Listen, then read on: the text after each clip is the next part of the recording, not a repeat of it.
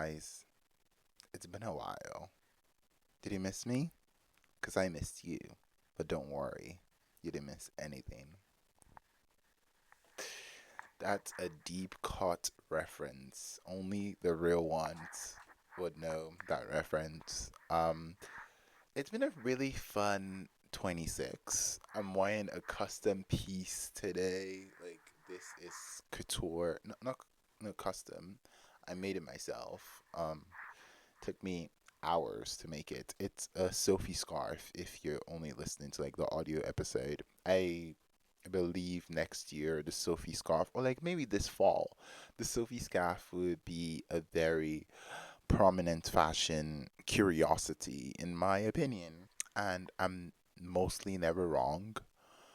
So yeah. And I want to say this at the top of the episode. I really enjoyed Christmas and New Year's, but I had like issues with Christmas and New Year's because I only spoke to people. I only spoke to people on Christmas Day because they were family, and I had to like speak to them. And in like the last 3 weeks of 25 or 26, sorry, I have not like spoken to like those people ever again. And I know this Christmas I'm gonna speak to them again. So I feel I want to like get into the habit of like talking to people outside occasions like Christmas and New Year's, and like just talking to like friends and families and family randomly across the year. So we like get updates about each other's lives and like not do like that awkward conversations that we do or that I did when I was calling my friends and family this Christmas. Also, um, I want to say the color of the year. I think the color of the year is gonna be green. I know I said white last year. White will still be there, but I think the color of the year is gonna be green. And I am working on my EP coming out in 27. What else do I have to say before we start this week's episode? I I'm really happy with every single thing that happened that I will tell you like the last 3 weeks. I did not think the podcast was coming back on. I did not even believe I was gonna be here. In a very like not killing myself, but I did not think I was gonna have the ability to like continue filming the podcast because something big happened, and I told a lot of people a lot of things that I have like kept hush hush for my whole life, and I told a lot of people, and I was really shocked by like their response because I thought everyone was gonna be like, but everyone was like, cool. And I was like, whoa, like that's crazy. That's a crazy reaction. I expected you to stab me. Also, also um, I'm gonna talk about all of that on the podcast, but it's gonna be behind a paywall. So when the podcast is filmed or when it's done edited, when I'm done editing it, I'll promote it, and it's just gonna be £10 a month to like listen to that episode, and you can only listen to like the because I don't do it a lot. I only have like 4 or 5 episodes on like members only episodes as members only episodes, so you don't have to like pay every month to like listen to that episode. So yeah, with everything out of the way, I think I know I ended off last year saying I speak to my dad now. Yeah, I did speak to my dad. That's cool. And I got in contact with all of my old friends. So I have 100 followers on Instagram now. You're so annoying. I got to 100 followers on Instagram on Christmas Day, so I could not like tell you I have 100 followers on my personal Instagram, but I do now. I have 100 followers on Instagram now, and that was my goal for last year. My goal for this year is to get to 500. So I better start going out, and I also want to start like leaving the house and like interacting with people because when I'm not working, I just stay home. So um, I want to talk about taste today. Do you know why I like this topic came to my head? Like this topic has been on my brain for like the last since 25. Yeah, 2025. Before I even talk about taste, in 2025, I think the last episode I recorded, like the true episode, not like the Christmas message or so, like the New Year message, but like I think the last few episodes I recorded last year, in 2025 December, I was in 2026 January. And then when it like became 2026 January, I went back to 2025 for some odd reason. I was like, okay, you had to live 25. So I lived 2025 for like the last 3 weeks in a very serious way. Taste is a cultural court case, not a universal truth. My whole thesis on this episode is taste is objective, but interpretation of taste is subjective. You can fight me on that. Like I would not like bow to you or bow to anyone in the comments if there's anyone in the comments because I truly do believe that taste is objective. They're just like there are things on the planets that we can see that I can see that are like objectively good, like an Emma Chamberlain vlog. Like that is objectively okay, not all of her vlogs, but like some of her vlogs, or like the Mona Lisa, objectively good, or um Kendall Jenner's new house. That's how this thought started. I saw Kendall Jenner's architectural digest photos late last year, like I think November, December last year. And I already had all of my topics for last year, so I could not talk about taste. But I didn't even know how to like talk about the house on the podcast. And I was like, if I ever find a way to talk about this, I will like bring this up on the podcast. And then I was thinking of why I thought the house looked really good. And I was like, oh, Kenny has really good taste. And I was like, how do we know someone has taste? And why do I think this is cool? And will everyone think this is like a cool house? And then I remembered like thinking of like Kim and Kanye's house in 2016 with Architectural Digest as well. And they were talking about their minimal monastery, and the architect was Axel Revolt. I might be butchering that name, but um, and I was like, then I was like really into like all of the whites, and I'm still into whites. I like if you see every single photo of me in like a building that I live in, it's white. So like, I still like whites, but I'm like I think I'm a mixture of Kim and Kenny in like taste. But I was like, or like the things I like see myself like double tapping on like the internet when it comes to like clothes or like fashion or like dresses. Okay, not dresses, but like fashion or like houses. I notice I have like a very distinct eye, and it's like very different from like a majority of the public. I think I have good taste. and, and I don't think my taste is subjective. I think my taste is my taste. I don't think my taste is objective as well. I think it's just my taste. Okay, we could say subjective. Um, so I'm like, I was like really wondering like what taste is. It's taste clean because Kim's house is like this one grand theme of like white and cream and like very clean, no dusts in any surface. So I was like, is that taste? Or is taste having like a very studious background? Like like think of like national libraries. I was like, is that good taste? And I'm in my opinion, I think taste is like an amalgamation of like every single thing you are, or like every single thing that a culture is, into like one form.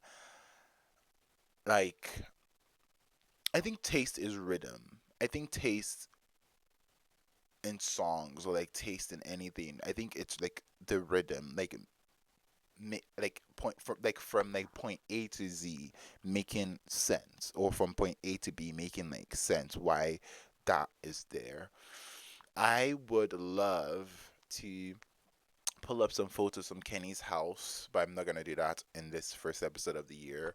I think taste as well comes with like time. I saw in my research that I did for like weeks, not a lot of research, but like an hour or two of research that I did for like the last 3 weeks, where people said taste is class, and I will I strongly disagree with that. I really don't know why. I think a lot of people, when I say taste, I mean the Mona Lisa. And I know the Mona Lisa costs a lot now, but like,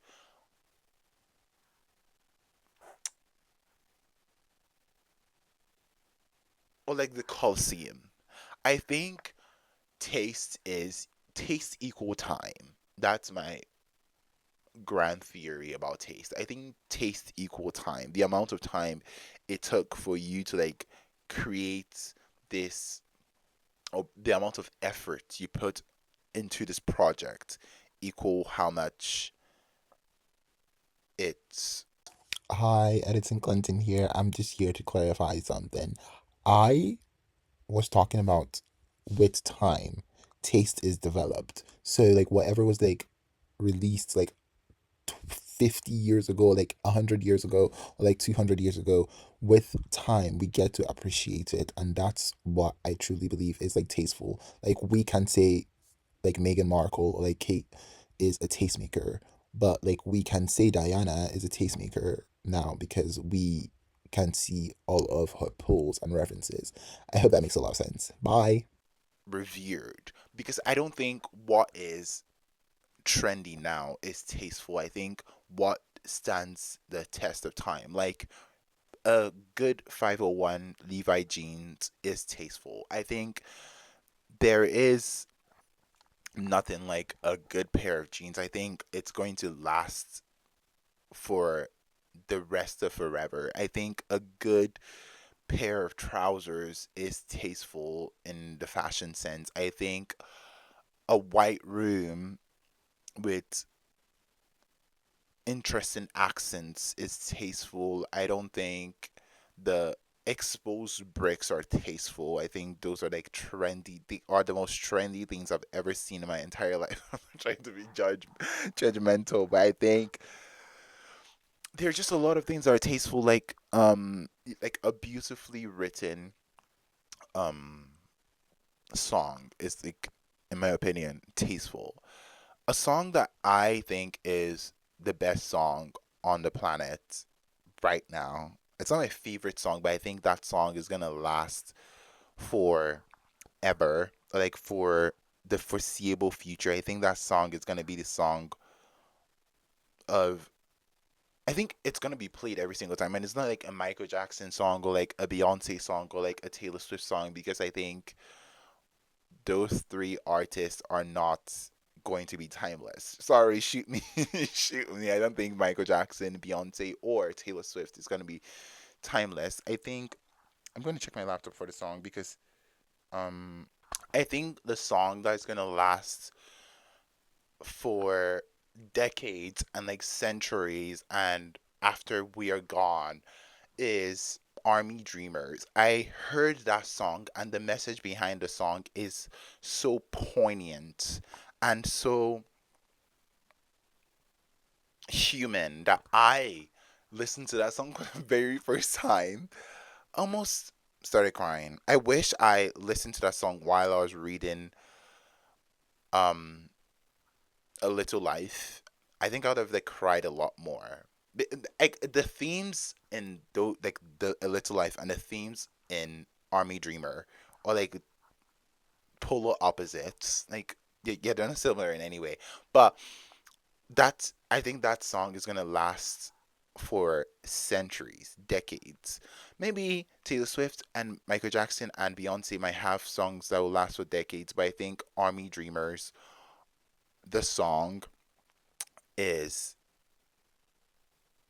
simply the best song in my opinion to ever exist, but it's not my favorite song. So, yeah. Um a line from the song that I think hit home is No, no, a line from the song that a line from the song that I think hits a lot is, but he never even made it to his 20s.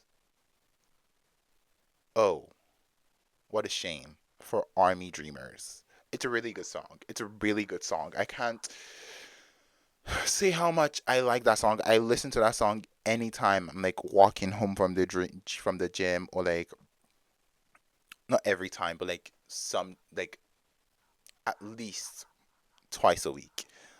Um, I think, like I said, I think time plays a role in like establishing taste, and I think time is the arbiter, or like the ground theory of taste. I think taste is an objective truth, but I don't think critics are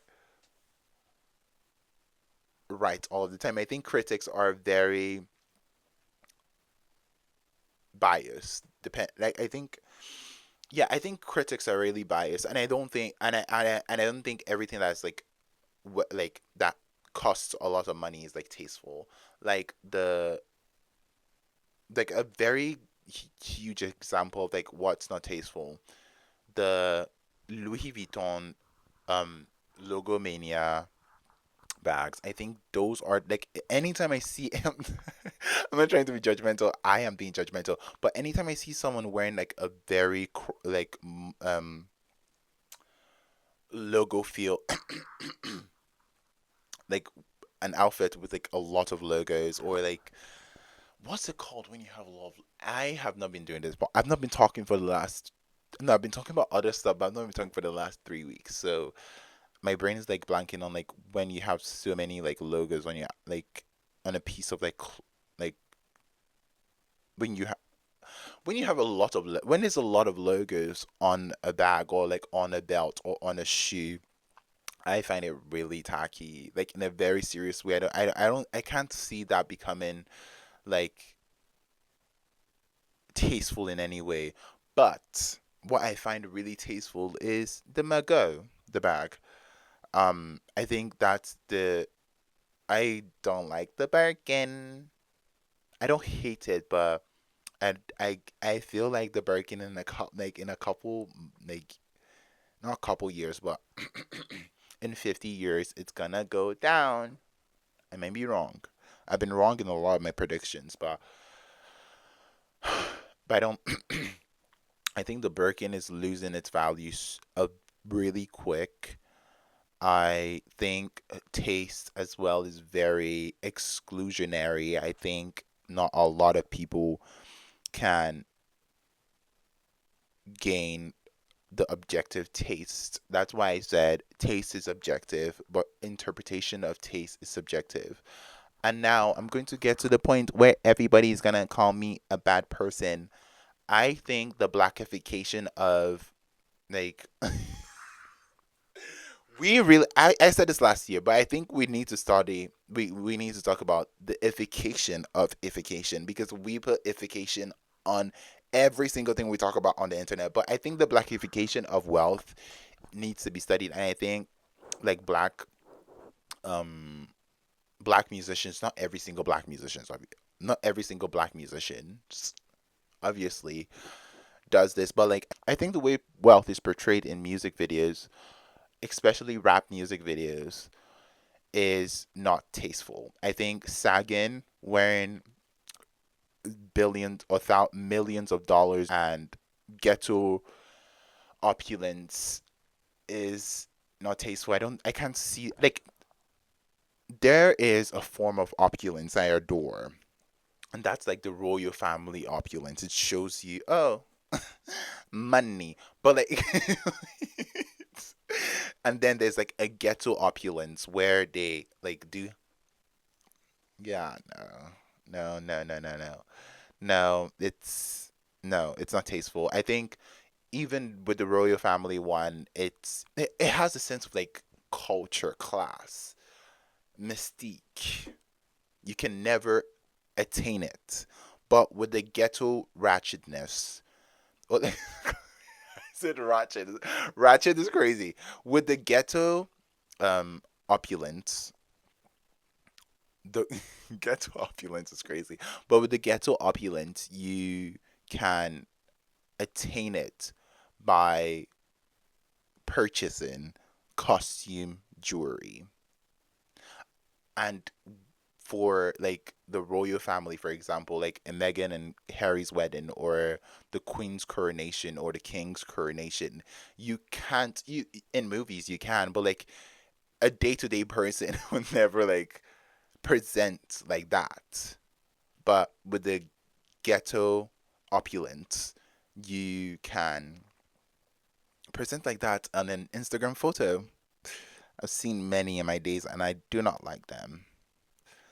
I think to have taste is to be a snub in a lot of ways. I think you have to like snub a lot of things and know what you truly dislike. I think when you can pinpoint things that you dislike, for example, I truly dislike ripped jeans. Like if you're wearing ripped jeans, it's ugly. Sorry. I don't see the need for like distressing your clothes. I truly dislike faded. Like if your clothes like fades over time, it makes sense. But I hate brands like Balenciaga under Demnar, where they where he made clothes disintegrate or like destroyed clothes for no reason, like okay, for a reason for people to want to look hobo esque, but like I don't see the need for that. Oversized clothes, like oh, like oh, I used to do this. That's why I hate it now. I hate oversized clothes in a very serious way. I hate baggy jeans. Like true, I truly do hate these outfits. I hate baggy jeans. I think if you're gonna wear clothes, it should fit your human form. Um, but in the other end, I don't think I hate skinny jeans. I told y'all that skinny jeans was coming back in 26. I don't hate it, but I don't think I'll ever wear skinny jeans back. I don't hate it though. But baggy jeans, I just do not like it. It gives me not nightmares, obviously. I'm not that like stupid, but yeah. There are a lot of artists that have like created stuff in real time or like in their time, and we're not like seen as like tastemakers, but after their like demise or like their death, then they become this great symbol of like art and like taste and like creativity. And I've been really thinking of that from this whole episode, from like the first time I thought of this 3 weeks ago to now talking to you about it. The book I read this week, my reading goal for this year is 25 books, and the book I read this week, I did not read this book this week. I read this book weeks ago, but this should have been filmed like weeks ago. But like the book I read this week was On the Standard of Taste by David Hume. Truly, that's all that has been on my mind. I'll speak to you next week. Goodbye.